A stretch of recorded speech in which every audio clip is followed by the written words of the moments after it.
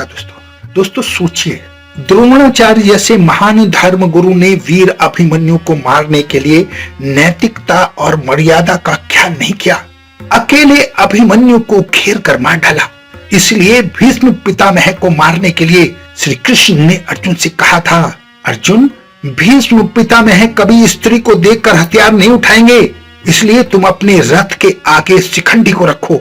अर्जुन ने उनसे बहस की थी, पर भगवान ने उनसे कहा था कि जब युद्ध अधर्मियों और पापियों और किसी नीति को ना मानने वाले लोगों से हो तो युद्ध का एकमात्र लक्ष्य होता है युद्ध में विजय पाना, शत्रु को किसी भी तरह परास्त करना। यहाँ मर्यादा का पालन नहीं करना होता।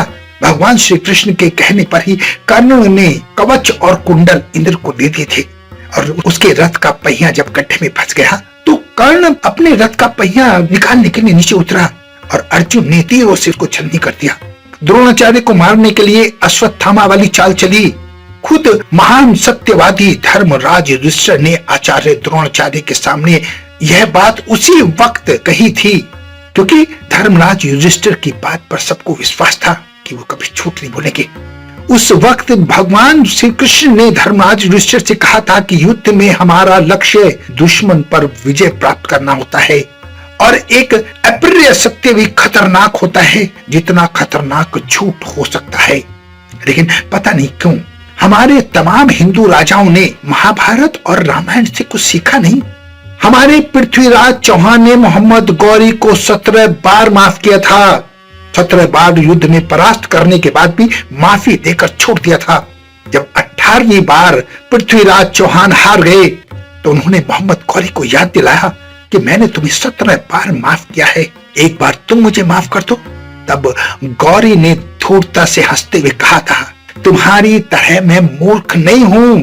इसीलिए इसी वाक्य को याद करके मैं अपने हिंदू राजाओं पर बड़ा दुख मेरे मन में होता है कि महाभारत और रामायण जैसे हमारे प्रमाणिक ग्रंथों से हमने कुछ नहीं सीखा। अगर महाभारत और रामायण से हमारे हिंदू राजाओं ने कुछ सीखा होता तो पृथ्वीराज चौहान मोहम्मद गौरी को मार सकता था और मारना चाहिए था। इससे पृथ्वीराज चौहान की जान बच जाती। युद्ध में शत्रु का संहार किसी भी हद तक जाकर करना उचित है। यही हमें महाभारत सिखाती है, यही हमें रामायण सिखाती है। हमारे ग्रंथ प्रमाणिक ग्रंथ हैं। हमारी कोई भी बात तकियानुसी नहीं है।